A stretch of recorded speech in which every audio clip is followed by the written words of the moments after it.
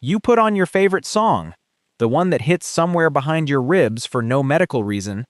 Your dog lifts its head, looks at you, puts it back down. Your cat gets up and walks out of the room. You thought you were sharing that moment. The music, the stillness, the two of you in it together. But what if the thing you felt never reached them at all? Do animals feel your music? Or is it just noise, shaped wrong for their ears? Let's start with what makes music music to a brain, because it's simpler than most people think.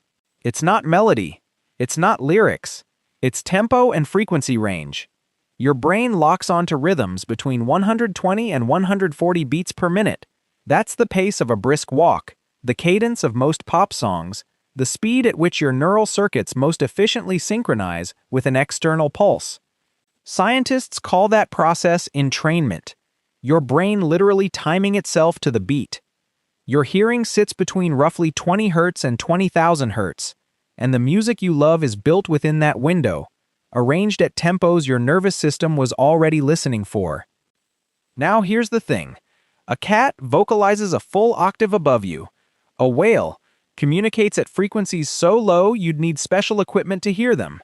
An elephant calls at ranges that travel through the ground. Every species has its own acoustic world, its own sweet spot. And the prediction follows logically. If you compose music inside an animal's frequency range, at tempos that match their vocalizations, you should get a response. You do. In 2017, researchers at the University of Glasgow, working with the Scottish Specia, played 6-hour playlists of 5 different genres to shelter dogs. Classical, pop, Motown, soft rock, reggae. They measured heart rate variability and cortisol. The dogs responded to all of it. Every genre reduced stress compared to silence. But the greatest reduction came from soft rock and reggae. Not classical. Not the genre every wellness blog tells you to play for your anxious retriever. Bob Marley calmed shelter dogs more effectively than Mozart. Honestly, the lab notes read like a Spotify algorithm having an identity crisis. And the dogs didn't all respond the same way. Some relaxed to one genre, tensed at another. They had preferences. Individual, measurable, repeatable preferences.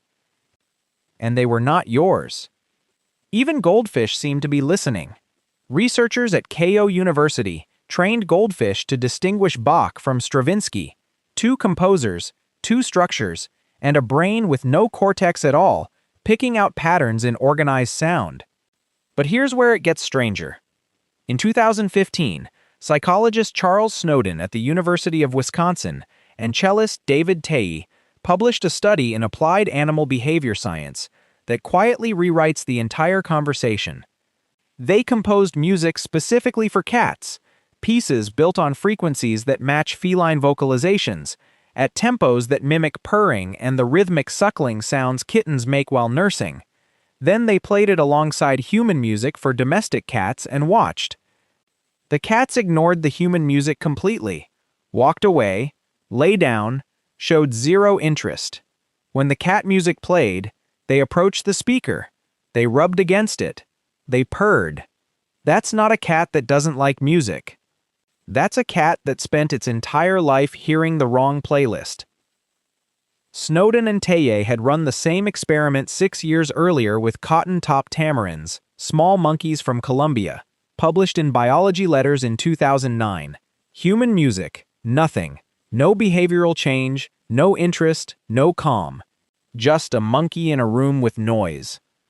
But when they played compositions based on the tamarins' own vocalizations, threat calls reworked into dissonant passages, affiliation calls shaped into slower pieces, the monkeys responded immediately. Threat-based music produced agitation. Affiliation-based music produced calm. They weren't ignoring sound. They were ignoring your sound. In 2022, a team at the University of Tokyo fitted rats with miniature wireless accelerometers and played them 1-minute excerpts of Mozart's Sonata for 2 pianos, in D major, at 4 different speeds, 75%, normal, double, and quadruple. The rats bobbed their heads. Not randomly. In time. and the synchronization was strongest between 120 and 140 beats per minute, the exact same range where human beat perception peaks. They also played Lady Gaga, Queen, Michael Jackson, Maroon 5. The rats synced to all of it. The study, published in Science Advances, concluded that the optimal tempo for beat perception isn't a cultural artifact, it's a neural one. It lives in the time constant of the auditory cortex, and that constant is similar across species. The beat isn't yours. It was always in the brain. And then there's the cockatoo. In 2009, neuroscientist Anirudh Patel and his colleagues published a study in Current Biology documenting a sulfur-crested cockatoo named Snowball, living in a bird shelter in Indiana, who spontaneously danced to the Backstreet Boys. Not after training. Not for treats.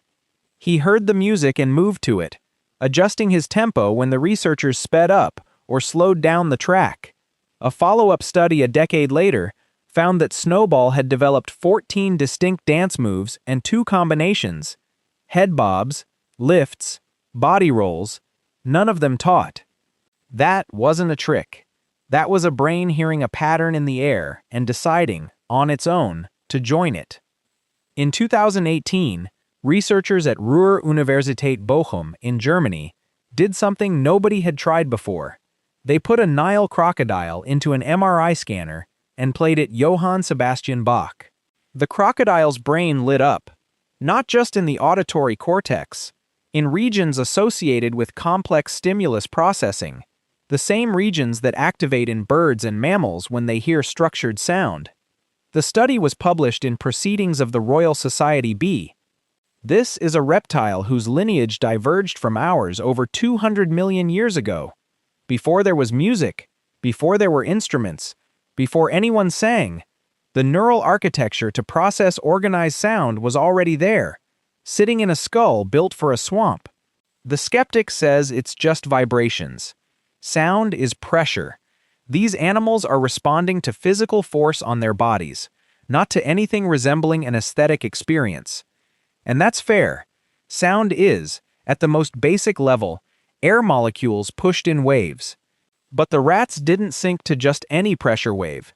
They synced at 120 to 140 beats per minute, and the synchronization faded above 200.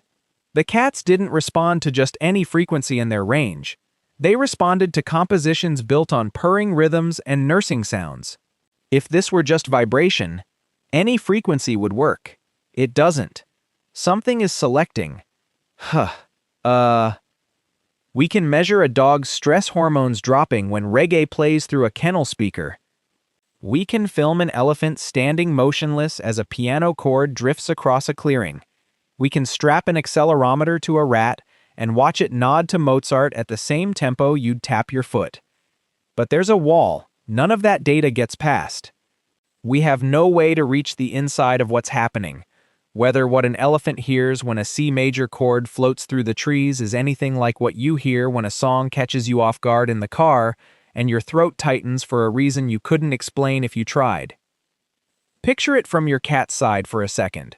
You're the strangest creature in the house. You sit motionless for hours, staring at a glowing rectangle, and every few minutes your body starts moving to a pattern it can't detect. Your heart rate shifts. Your breathing changes. Something invisible is doing something to you. Your cat watches this happen every single day and has no idea what it is. You're not just playing the wrong music. You're a creature being controlled by something it will never hear. Everything so far says the same thing. Your music isn't built for them.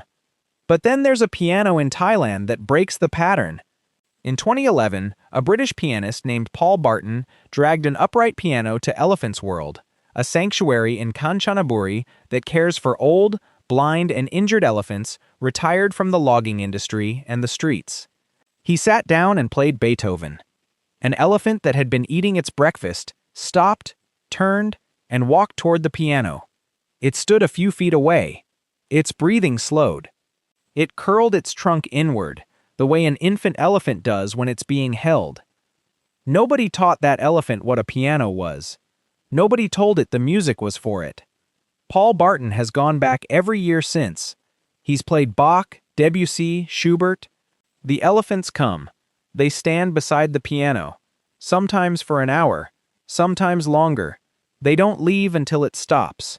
Nobody knows why a frequency range designed for human fingers on wooden keys reaches something inside a brain that evolved for the jungle.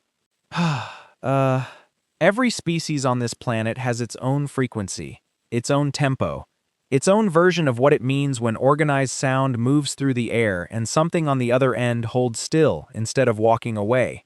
You are the only species that builds sound into meaning on purpose, that hears a pattern in the air and decides it matters enough to cry over. You built an entire world around that instinct.